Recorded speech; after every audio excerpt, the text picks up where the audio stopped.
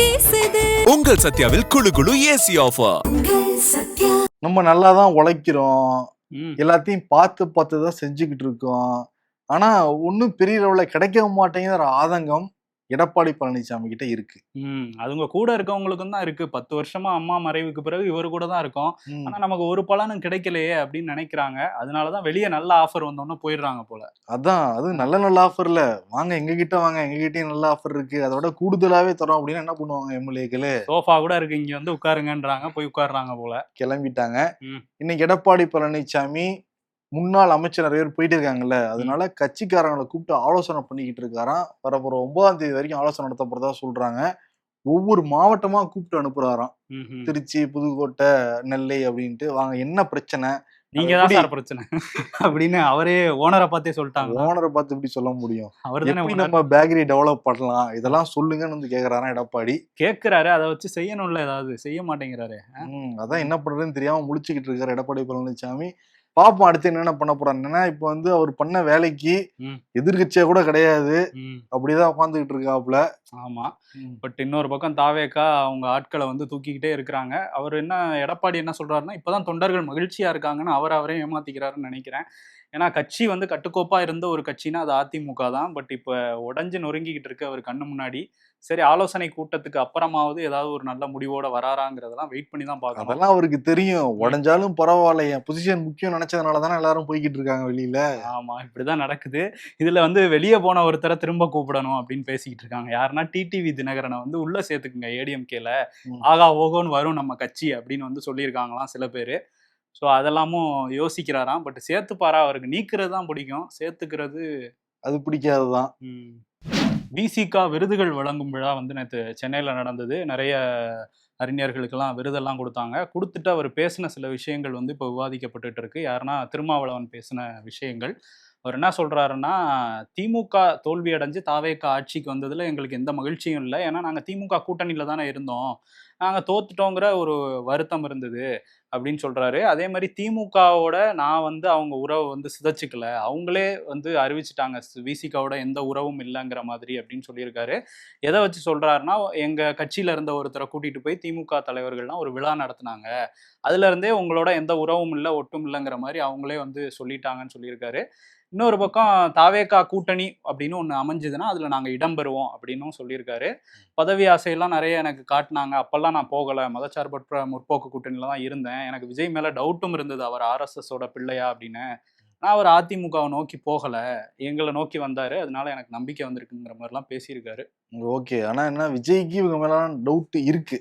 அதனாலதான் இன்னும் வந்து நிறைய பேர் ரிசைன் பண்ண வச்சு இடைத்தேர்தல் சந்திக்க போறான்னு வந்து சொல்றாங்க. இன்னும் விஜய்க்கு விசிகா மேலேயோ ஐயுஎம்எல் மேலேயோ கம்யூனிஸ்ட் மேலேயோ ஒரு பெரிய நம்பிக்கை ஏற்படலன்னு வந்து சொல்றாங்க. காங்கிரஸை மட்டும் நம்புறாரா? அதான் பாரு, இப்ப டிஎம்கே அலையன்ஸ்ல இருந்து காங்கிரஸ் வெளியே வந்தாங்க, நன்றி கூட சொல்லாம வெளியே வந்தாங்க. கம்யூனிஸ்ட் வரைக்கும் வெளியில இருந்து ஆதரவு தான் சொல்றாங்க. ஐயுஎம்எல் நேற்று இன்று நாளை எப்பயுமே நாங்க திமுக அணிதான் சொன்னவங்க, இங்க ஒரு குத்து இங்க ஒரு குத்துங்கிற மாதிரி பர்மனண்டா இங்க வர மாதிரி தான் அவங்க செயல்பாடு எல்லாமே இருக்கு ஐயுஎம்எல். விசிகா நானே வெளியில போறேன், பட் நீங்களே அனுப்புற மாதிரி அனுப்புங்கன்னு தான் அவருடைய செயல்பாடு வந்து இருக்கு. எல்லாருமே வந்து அந்த அவங்க இருந்த இடத்துல மரியாதை கிடைக்கல எனக்கு, அப்புறம் எதுக்கு அங்க இருந்துகிட்டு வெளியே வந்துருவோங்கிற மாதிரி தான் கூட்டணி கட்சிகள் வந்துட்டதா சொல்றாங்க. எவ்வளவு நாள் தான் வந்து குமுறிக்கிட்டே இருப்பாங்க, வெடிக்க தானே செய்யும் அது மனசுக்குள் இருக்கிறது, வெடிக்குது ராசா அப்படின்னு. ஆமா, வெடிச்சு இந்த பக்கம் பனையூர் பக்கம் வந்திருக்கிறாங்க. பாப்போம் கூட்டணி எல்லாம் எப்படி அமையுது. இன்னொன்னு வந்து நேற்று உதயநிதி ஸ்டாலின் திருமண மண்டபத்துக்கு வந்து போயிருக்காரு. என்ன பேசுவாங்க அங்க, மக்களை வாழ்த்துனது கம்மியா தான் இருக்கும், தாவேக்காவை திட்டுறது தானே அதிகமா இருக்கும். அதேதான் அங்கேயும் பண்ணிருக்காரு. இளநீ இழுக்கிற மாதிரி எம்எல்ஏக்களை வந்து இழுத்துக்கிட்டு இருக்காங்க. அதெல்லாம் தாண்டி எம்எல்ஏக்களை இழுக்கிறோங்கிறாங்க. முதல்ல எந்த எம்எல்ஏங்களுக்கு தெரியும், எந்த எம்எல்ஏங்களுக்கு தெரியாதேங்கிறாரு டிவிக்கு எம்எல்ஏ பார்த்து. ஒரு 50 நாள் ஆயிருச்சு எதிர்கட்சி தலைவருக்கு ஆளுங்கட்சி எம்எல்ஏக்களை தெரியலன்னு சொல்றாரு. ஓப்பன் ஸ்டேட்மெண்டா கொடுக்குறாரு. தெரிஞ்ச முகமா தான் நாங்க பார்த்துக்க முடியும், முகமே தெரியலையேங்க. தெரிஞ்சா அப்ப தூக்கிடுவாங்க. துபாய் போயிட்டு வந்ததுனால இடையில அந்த யாருன்னு பார்க்கல போல அவரு. அதான் தொட மாட்டேன் விட மாட்டேன் அப்படின்னு பஞ்சிலாகலாம் வந்து பேசுறாரு. அது வந்து சட்டமன்றமா இல்ல ஏதாவது சினிமா தேட்டர்ல முதல் காட்சி பாக்குறோங்கிற மாதிரி இருக்கு. ஆனா அவர் சொன்னதான் அதை செய்யறாரு, தொட மாட்டோம் விட மாட்டோம்னு. எம்எல்ஏக்களை தூக்காம நாங்க விட மாட்டோம், ஊழல் குற்றச்சாட்டு எம்எல்ஏ நாங்க தூக்குவோம், இப்படிதான் அவருடைய சொல்லுக்கும் செயலுக்கும் இருக்கிற மாதிரி சர்க்காசமா பேசியிருக்காரு அந்த கல்யாண மண்டபத்துல. ஓகே. அதே மாதிரி எம்எல்ஏக்களை தூக்குறது ஒரு பக்கம் இருக்கும்போது இந்த கல்வெட்டை தூக்கிட்டாங்கங்கிறது ஒரு பெரிய பிரச்சனையா இருக்கு. இந்த கடல் நீரை குடிநீரா மாத்துற திட்டம் அது வந்து திமுக ஆட்சியில கொண்டு வரப்பட்டது. 2006 உள்ளாட்சித்துறை அமைச்சரா இருந்த எங்க தலைவர் ஸ்டாலின் தான் வந்து அந்த முதல் கட்ட திட்டத்தை கொண்டு வந்தாரு. இப்ப 2ஆம் கட்ட திட்டம் நாங்க 2021 ஆட்சிக்கு வந்ததுக்கு அப்புறம் அதை ஆரம்பிச்சோம். அதுல வந்து இந்த நெம்மேலி பகுதியில நடந்துகிட்டு இருக்கு. அது கிட்டத்தட்ட முடியிற தருவாயில இருக்கும்போது தான் ஆட்சி மாறிடுச்சு. இப்ப அங்க தொடக்க விழால வச்ச அந்த கல்வெட்டை வந்து தூக்கிட்டாங்க தாவேகா அரசு. முதல்வர் விஜய் வந்து அங்க பார்வையிட வராருங்கிறதுனால இதை தூக்கிட்டாங்க அப்படின்னு ஒரு குற்றச்சாட்டை வச்சாங்க. ஸ்டிக்கர் ஒட்டுறாங்க எங்களோட திட்டங்கள்ல, இது வெக்கமா இல்லையா இந்த திறமையற்ற அரசுக்குன்னுலாம் கேள்வி கேட்டிருந்தாங்க. இப்போ வந்து தமிழ்நாடு அரசு சார்பில் குடிநீர் வழங்கல் துறை வந்து விளக்கம் கொடுத்துருக்காங்க. என்ன சொல்றாங்கன்னா, அந்த கல்வெட்டு வந்து சேதம் அடைஞ்சிருந்தது. அதுவும் வந்து மக்கள் நடமாடுற பகுதியில ஒரு ஆபத்தான நிலையில இருந்ததுனால, அதுல அந்த ஸ்க்ரூ அடிக்கிற பணிகளுக்காக தான் நாங்க கழட்டியிருக்கோம். 20ஆம் தேதிக்குள்ள திரும்பியும் அந்த கல்வெட்டு வந்து அதே இடத்துல அப்படியே வைக்கப்படும். இதுல எந்த உள்நோக்கமும் இல்லைங்கிற மாதிரி அரசு தரப்புல விளக்கம் கொடுத்துருக்காங்க. டிவிகே எம்எல்ஏ பேரம் பேசின அந்த வழக்கு ஏற்கனவே திருநாவுக்கரசு, நரேஷ் உள்ளிட்ட 5 பேரை கைது பண்ணியிருக்காங்க தமிழ்நாடு காவல்துறை. இது கைதுல தொடர்புடைய அசோக் குமார், செந்தில் பாலாஜி வரைக்கும் சமன் வந்து அனுப்பப்பட்டுச்சு. முன்னாள் அமைச்சர் செந்தில் பாலாஜி, அவருடைய சகோதரர் தான் அசோக் குமார். சென்னையில இருந்தே காவல்துறையை சேர்ந்த அதிகாரிகள் கரூருக்கு போய் அம்மாப்படம் கொடுத்தாங்க. இன்னைக்கு ஆஜராகணுங்கிறதான் அதுல உத்தரவு இருந்தது. நேற்று நைட்டு வரைக்கும் அசோக் குமார், செந்தில் பாலாஜி ஆஜராக போறாங்கன்னு பில்டப் பாட்டிட்டே இருந்தாங்க. பட் இன்னைக்கு 2 பேருமே ஆஜராகவே இல்லை. காவல்துறை பொறுத்திருந்து பாருங்க அடுத்த நடவடிக்கைன்னு சொல்லிட்டு சஸ்பென்ஸ்லாம் வந்து வைக்கிறாங்க. பட் லுக் அவுட் நோட்டீஸ் வந்து கொடுக்கப்பட்டிருக்கு இந்த 2 பேருக்குமே. சிங்கப்பூர் போயிடக்கூடாது அப்படின்னா ஏவாவேலு போயிட்டாரு, இவர் போயிடக்கூடாதுன்னா. ஆமா. So okay. ஆனா கொடுத்துருக்காங்க. இதுல இன்னொரு விஷயம் என்னன்னா, திமுகல இருந்து எங்க எம்எல்ஏக்களை வாங்க பாக்குது தாவேகா அப்படிங்கிற ஒரு குற்றச்சாட்டை வைக்கிறாங்க. இப்போ புதுசா திருவைகுண்டமோட டிவிகே எம்எல்ஏ சரவணன், அவர் எனக்கு 50 கோடி ரூபா பேரம் பேசினாங்க திமுக தரப்புல இருந்து, அனிதா ராதாகிருஷ்ணன் தரப்புல இருந்துன்னு சொல்லி அவர் ஒரு ஆடியோ வெளியிட்டு இருக்காரு. ஸோ இது இன்னும் மாறி மாறி சொல்லுவாங்க போல 2 தரப்பும் குற்றச்சாட்டு. ஆமா. இன்னொன்று வந்து வேலூர்ல இருக்காரு அமைச்சர் விஜய் பாலாஜி. அவர் என்ன பண்ணிருக்காரு, நேற்று ஒரு கூட்டம் வந்து நடந்திருக்கு. அந்த கூட்டத்துல வந்து டிவிகே தொண்டர்லாம் இருந்துட்டு இருந்தாங்க. அப்ப அந்த வழியா வந்திருக்காரு எம்பி கதிர் ஆனந்த், திமுகவை சேர்ந்தவர். அவர் வந்துகிட்டு இருக்கிறப்ப லைட்டா சலசலப்புலாம் வந்து ஏற்பட்டுருக்கு. உடனே எல்லாம் திரும்பி எல்லாம் பாத்துறாங்க. அதுக்கு விஜய் பாலாஜி சொன்ன ஸ்டேட்மெண்ட் கவனிக்கணும். அதெல்லாம் ஒண்ணும் இல்ல, நீங்க எல்லாம் தூக்கி எறிஞ்ச பொருள் தான் போய்கிட்டு இருக்கு அப்படிங்கிறாரு. பொருளா அவர் உயிருள்ள மனிதர் தான் போயிட்டு இருக்காரு.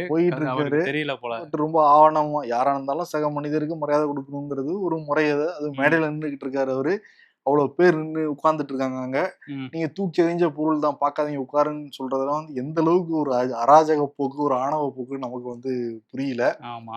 ஓகே, மக்கள் அதெல்லாம் பார்த்துட்டு தான் இருப்பாங்க. இந்த மாதிரி பல பேர் எல்லாம் பேசி அவங்க என்ன ஆனாங்கிறது நமக்கு தெரியும். பார்த்திருக்கோம். இல்ல இதுல அவர் ஏற்கனவே வந்து இதோட ஸ்பெஷல் ஐட்டம் ஒண்ணு பேசியிருக்காருல்ல, மக்கள் தான் நீங்க ஊழல் பண்ணீங்க, அவங்கள்ட்ட காசு வாங்கிட்டு எங்களுக்கு ஓட்டு போட்டீங்கன்னா பேசியிருக்காரு. ஏற்கனவே மக்களை கொச்சையா பேசியிருக்காரு. இப்ப எம்பிஏ பேசுறாரு. அவ்வளவுதான். அடுத்து தலைவர் வரைக்கும் வருவாரு நினைக்கிறேன். தலைவர் வரையும் வருவாரு. அப்புறம் மக்கள் அவர் பக்கம் வருவாங்க. சரி, அதெல்லாம் வரட்டும். இன்னொரு பக்கம் கரூருக்கு போறதுக்கான ஏற்பாடு முதல்வர் விஜய் வந்து அங்க போறாரு ஜூலை 10ஆம் தேதி அப்படின்னு சொல்றாங்க. அதுக்கான ஏற்பாடுகள் நடந்துகிட்டு இருக்கு. இந்த சமயத்துல கரூர் பத்தி சமீபத்துல ஒரு கூட்டத்துல ஆதவ அர்ஜுனா அமைச்சர் வந்து பேசியிருந்தாரு. என்ன சொன்னார்னா, கரூர் கணக்கை நாங்க தீர்ப்போம் அப்படின்லாம் பேசியிருந்தாரு. இதுக்கு எல்லா தரப்புல இருந்தும் கண்டனங்கள் வந்து வந்திருக்கு. ஒரு வழக்கு நடந்துட்டு இருக்கும்போது அதோட திசையை மாத்துற மாதிரிலாம் அமைச்சர் பேசினது பொறுப்பில்லாத பேச்சு அப்படிங்கிற கண்டனம்லாம் வந்துச்சு. இப்ப அதுக்கு உச்சநீதிமன்றத்துக்கும் திமுக வந்து போயிருக்காங்க. இப்படிலாம் வந்து பேசிக்கிட்டு இருக்கிறாரு ஒரு பொது வெளியில சிபிஐ விசாரணையில இருக்கும்போது அப்படின்னு சொல்லி போட்ட மனுவை நாளைக்கு வந்து நாங்க விசாரிக்கிறோம், விசாரணைக்கு எடுத்துக்கிறோம் அப்படின்னு சொல்லி உச்சநீதிமன்றம் சொல்லியிருக்காங்க. நாளைக்கு பார்க்கணும் என்ன நடக்குது. நாங்க சொன்னதை செய்வோம், எங்களுக்கு ஓட்டு போடுங்கன்னு தான் தாவேகா தலைவராக இருந்த விஜய் வந்து மக்கள்கிட்ட வாக்கு கேட்டாரு. மக்களும் வாக்கு போட்டு இன்னைக்கு அவர் முதல்வர் ஆயிட்டாரு. பட் சொன்னதை செஞ்சாங்களா அப்படின்னா வந்து இந்த பயிர்க்கடன் தள்ளுபடியில் சொன்னதை செய்யலை. அது வந்து 75,000 வரையும் தான் தள்ளுபடி அப்படின்னு சொல்லி முழு பயிர்க்கடன் தள்ளுபடிங்கிறத அறிவிக்கலை. பட் அவங்களோட தேர்தல் அறிக்கையில் அதுதான் இருந்தது. இந்த செய்தியை ஏற்றுக்கொள்ள முடியாமல் மன உளைச்சலில் நாகை மாவட்டத்தை சேர்ந்த விவசாயி சோமசுந்தரம் வந்து பரிதாபமாக தற்கொலை பண்ணி உயிரை மாச்சிக்கிட்டு இருக்கிறாரு. இப்போ இந்த விஷயத்த அன்புமணி ராமதாஸ் அவர் என்ன சொல்கிறாருன்னா, இந்த மாதிரி இது ரொம்ப சோகமான ஒரு விஷயம், உடனடியாக நீங்கள் பயிர்க்கடனை முழுமையாக தள்ளுபடி பண்ணணும் இந்த அரசு அப்படிங்கிற கோரிக்கையை வச்சிருக்காரு. சொன்னதை செய்யாதனால ஒரு உயிரே போயிருக்கு. இதுக்கப்புறமாவது அந்த இறங்கி வருமா இந்த விஷயத்துல தாவேகா அரசு அப்படிங்கிறத பார்க்கணும். ஓகே, இன்னொரு பக்கம் வந்து அன்புமணி ராமதாஸ் அந்த மேகத்தோட்ட அணையை கட்டக்கூடாதுன்னு சொல்லிட்டு நடைபயணம் வந்து போய்கிட்டு இருக்காரு. அதுக்கு நடுவுல இப்ப சென்னை வந்திருக்காரு என் ஆனந்த பாக்குறதுக்காக, நீர்வளத்துறை அமைச்சர் என் ஆனந்த் தானே. ஓகே. இன்னைக்கு தலைமைச் செயலகம் வந்த உடனே என் ஆனந்த் அவருடைய அமைச்சர் சீட்ல உட்காராம பக்கத்துல அன்புமணி சீட்டு பக்கத்துலயே வந்து உட்கார்ந்துருக்காரு அவரு. சொல்லுங்கண்ணே ஏதாவது பார்த்து பண்ணீங்களானே. ஏன் அந்த சீட்டை அவருக்கு எதுவும் சௌமியா அன்புமணிக்கு விட்டு கொடுக்க போறாரா? கேட்டா விட்டு கூட கொடுப்பாங்க, பட் விசிகா இருக்காங்கல்ல, அதனால அது கொடுக்க மாட்டாங்க. இன்னொன்னு என் ஆனந்தோட பதவியை விட்டு கொடுப்பாங்களா? வேற பதவி வேணா தலைவர்கிட்ட சொல்லி வாங்கி தருவாரு, என்ன ஆனது. பட் மேகதாது அணை கட்டக்கூடாது, நீங்க ரொம்ப ஸ்ட்ராங்கா இருக்கணும், எவ்வளவு விவசாயிகள் பாதிக்கப்படுவாங்க தெரியுமான்னு சொல்லிட்டு அன்புமணி ராமதாஸ் என்னத்துக்கு ஃபுல்லா கிளாஸ் எடுத்துட்டு போயிருக்காரு அவரு. தமிழ்நாடு காங்கிரஸ் வேற ரொம்ப ஸ்ட்ராங்கா தீர்மானம்லாம் போட்டிருக்காங்க, எங்கன்னா அவங்க செயற்குழுல. பட் எந்த பயனும் இல்லைங்கிற மாதிரி தான் இருக்குது. அழுத்தம் வந்து டெல்லி வரையும் போய் கொடுங்கன்னு தான் சொல்றாங்க. அங்க காங்கிரஸ் கவர்மெண்ட் தானே இருக்கு, இங்க தீர்மானம் போட்டுப்பாங்க, நம்ம கிட்ட பாத்தீங்கன்னா நாங்க தீர்மானம் போட்டுட்டாங்க அப்படின்ட்டு. அவ்வளவுதான், நம்ம தான் அங்க இருக்காங்க, சொல்ல வேண்டியதாங்க. அப்படிதான் இருக்கு. பட் இந்த மேகதாட்டு விஷயத்த இன்னும் சீரியஸா தான் எடுத்துக்கணும் அரசு. இன்னொரு பக்கம் வந்து உலக தமிழ் மாநாடு அதை நடத்துறதுக்கு முதல்வர் விஜய் தலைமையிலான இந்த தாவேகா அரசு ஏற்பாடுகளை செய்ய தொடங்கியிருக்கதா சொல்றாங்க. இது ஏற்கனவே வந்து முன்னாள் முதல்வர்கள் அண்ணால ஆரம்பிச்சு எம்ஜிஆர், ஜெயலலிதா அவங்க வந்து 95ல் வந்து நடத்தியிருக்காங்க. அதுக்கப்புறம் உலக செம்மொழி மாநாடு முன்னாள் முதல்வர் கருணாநிதி இருந்தபோது அதுவும் நடந்தது. இப்போ வந்து அதை நடத்தணும் அப்படிங்கிற ஒரு திட்டம் வச்சிருக்காங்க. அதில் வந்து உலக தமிழர்களை ஒன்றிணைக்கணும், நம்ம பண்பாடு கலாச்சாரம் எல்லாத்தையும் வந்து ஒரே மேடையில் கொண்டு வரணுங்கிற ஒரு நோக்கத்தோடு நாங்கள் பயணிக்கிறோங்கிற மாதிரி அதிகாரிகள் சொல்கிறாங்க. அமைச்சர் ராஜ்மோகன் இது தொடர்பா வந்து அமெரிக்கா போயிருக்கதாகவும் சொல்லியிருக்காங்க. என்டிஆர் முருகனை வச்சு ஒரு படம் எடுக்க போறதா சொல்றாங்க. இப்ப அதுக்கான ஒரு ட்ரெய்லர் மாதிரி ஒரு விஷயம் வந்திருக்கு, கிளிம்ஸ் மாதிரி.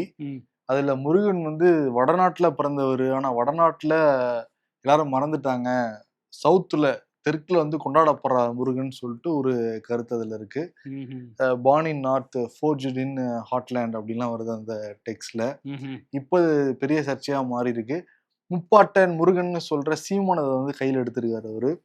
அது எப்படி வந்து சொல்லலாம், நார்த்ல தான் முருகன் பிறந்தாண்டு ஏதாவது ஆதாரம் இருக்கா? இங்க தமிழ் கடவுள் முருகனா வந்து கொண்டாடிக்கிட்டு இருக்கோம், அறுபடை வீடுகள் இருக்கு, எவ்வளவு பெருமைக்குரிய விஷயமா இருக்கு, வரலாற்றை யாரும் மாற்றக்கூடாது, கண்டனம் தெரிவிச்சிருக்காரு ரொம்ப ஸ்ட்ராங்கா. நல்ல டீட்டெயிலான அறிக்கை கொடுத்திருக்காரு அவர் சீமான். முருகன் ஒண்ணுனா நான் வருவேன் அப்படின்னு வராரு அண்ணன். வராரு, அவங்களும் சர்ச்சையை கிளப்பி இருக்கிறாங்க. ஆக்சுவலி இப்ப எல்லா படத்துக்குமே ஒரு சர்ச்சை தான் தேவைப்படுது. நம்ம சினிமாக்காரங்கிட்ட பேசுறப்பவே இதை ஐடியா சொல்லுங்க தலைவா, இதை எப்படி டாக் ஆக்குறது, சர்ச்சையான கருத்துக்களை சொல்லுங்க தலைவன்னா வராங்க. அப்ப எல்லாரும் மூலியமே ஏதோ ஒரு சர்ச்சையா வந்துச்சுன்னா மக்கள் எல்லாம் பேசுவாங்க, அதெல்லாம் டாக் ஆகிடும், படத்தை ஓட வச்சலாம் நினைக்கிறாங்க. பட் எந்த அளவுக்கு புத்தி கொஞ்சம் கீழே இறங்கி இருக்கிறது தெரியுது. நல்ல விஷயத்த நீங்க பேசி கிட்டடிக்கிறது ஓகே தான், ஒரு சர்ச்சை உண்டாக்கி அதுல வந்து கவனம் பெற வச்சு பேர் அனௌன்ஸ் பண்ணும் போதே ஒரு சர்ச்சையோட தான் வராங்க இப்ப. சரி, ஓகே. இதுக்கெல்லாம் பல டீம் ஒர்க் அவுட் பண்ணிட்டு இருக்காங்களா, அதை எப்படி நம்ம படத்தை சர்ச்சையாக்கலாம், சர்ச்சை டீம்னு ஒண்ணு தனியா வச்சிருக்காங்க போல. இதுக்கு ஐடியாலாம் கேக்குறாங்க வேற.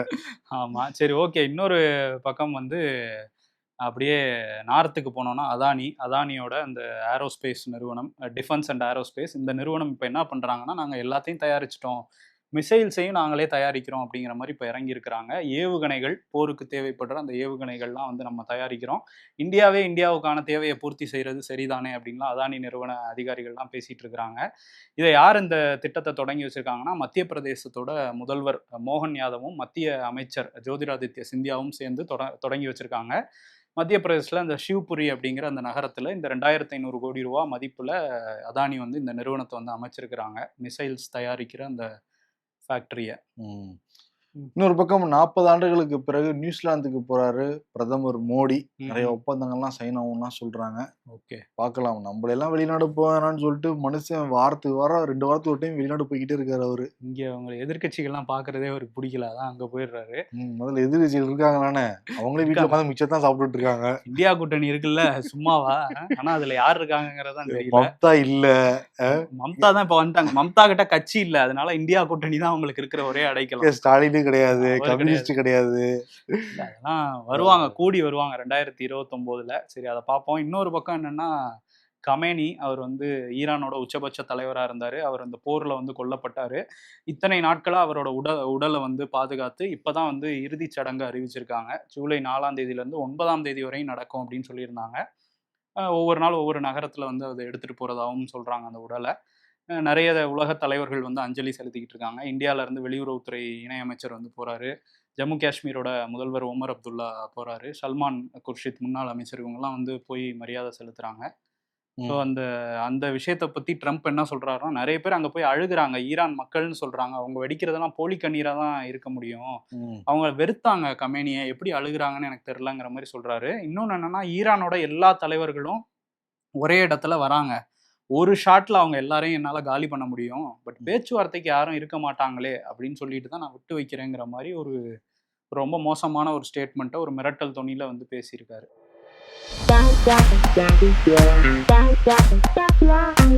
25+ தொகுதிகளுக்கு இடைத்தேர்தல். இன்னும் சம்பவம் இருக்கு, வெயிட் பண்ணுங்கிற மாதிரி சொல்றாங்க. ஆட்சிக்கு வந்து இவ்வளவு நாள் கரூர் போகாம அடுத்த மாசம் போறீங்க, எதுக்கு புரியலையே. கரூர் இடைத்தேர்தல் வருது.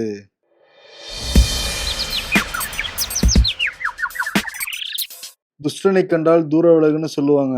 ஆனா இப்பெல்லாம் துஷ்டன் யாருன்னே தெரிய மாட்டேங்குது. அப்படியே தெரிஞ்சாலும் துஷ்டனை கண்டு தூர விலக தோண மாட்டேங்குது. முன்னாலேலாம் அடுத்தவங்க வீட்டுக்கு பிரச்சனையை தெரிஞ்சுக்க ஜன்னல் வழியா எட்டி பார்ப்பாங்க. இப்ப அதெல்லாம் தேவையில்லை. வாட்ஸ்அப்ல 10 பேரோட ஸ்டேட்டஸ் பார்த்தா போதும், குறைஞ்சது 2 பேராவது சிலருக்குன்னு ஆரம்பிச்சு வீட்டுல நடந்த பஞ்சாயத்தையே உலகத்தையே அறிவிச்சிருப்பாங்க. அரசியல்ல இதெல்லாம் சாதாரணமாப்பா. இன்னைக்கு விருது விஜய்க்கும் உதயநிதிக்கும் கொடுத்துடலாம். காரணம் 2 பேருமே வந்து பேரம் பேசுறாங்க, உதவி வரலாம் சொல்றாங்க. ஆமா, அதனால நல்லா பண்றாங்க 2 பேருமே. ஆமா, மக்கள் பத்தி பேசுறாங்களோ இல்லையோ 2 பேரும் அவங்க எம்எல்ஏவை இவங்க தூக்குறாங்க, இவங்க எம்எல்ஏவை அவங்க தூக்குறாங்கன்னு தான் பேசிட்டு இருக்காங்க. ஆனா நல்லா பண்றாங்கிற அவார்டை 2 பேருக்கும் வந்து கொடுத்துட்டு விடைபெறலாம். நன்றி. உங்கள் சத்யாவில் குளு குளு ஏசி ஆஃபர்.